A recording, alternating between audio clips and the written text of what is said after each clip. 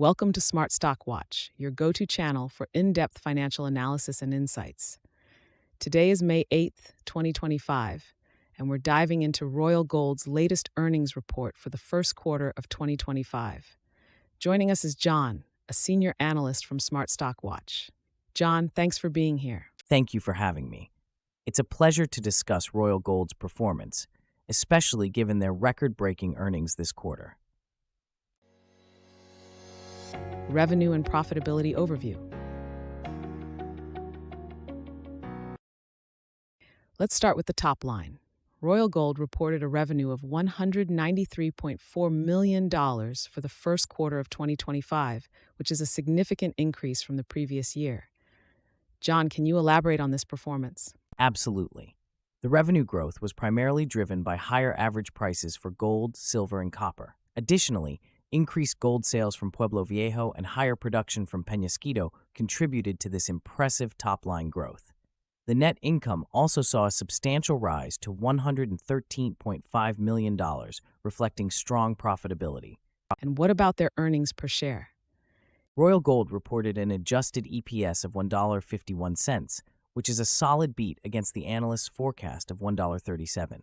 This indicates strong operational performance and effective cost management. Operational efficiencies and future outlook. John, Royal Gold has maintained a high adjusted EBITDA margin of 82%. What does this tell us about their operational efficiencies? This high margin reflects Royal Gold's ability to manage costs effectively while maximizing revenue from their diversified portfolio. Their operational efficiencies are further supported by a strong balance sheet, with total available liquidity increasing to $1.25 billion. They also announced a dividend increase. How significant is this for investors?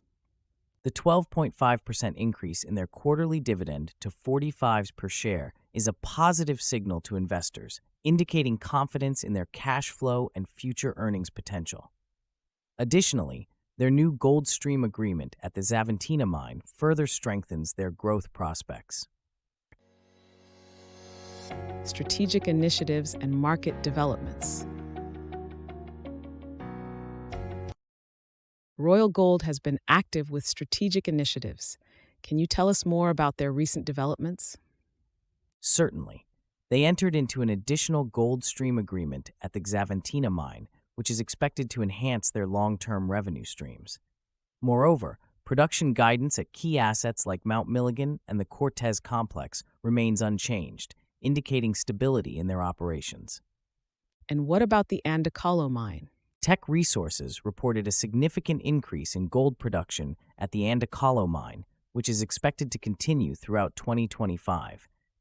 This is primarily due to improved mill throughput, which bodes well for Royal Gold's future revenue from this asset. CEO insights and market sentiment. John, what insights did Royal Gold CEO Bill Heissenbuttel provide in the earnings report? Heissenbuttel highlighted the strong start to 2025, emphasizing the company's robust portfolio performance and the benefits of rising gold prices.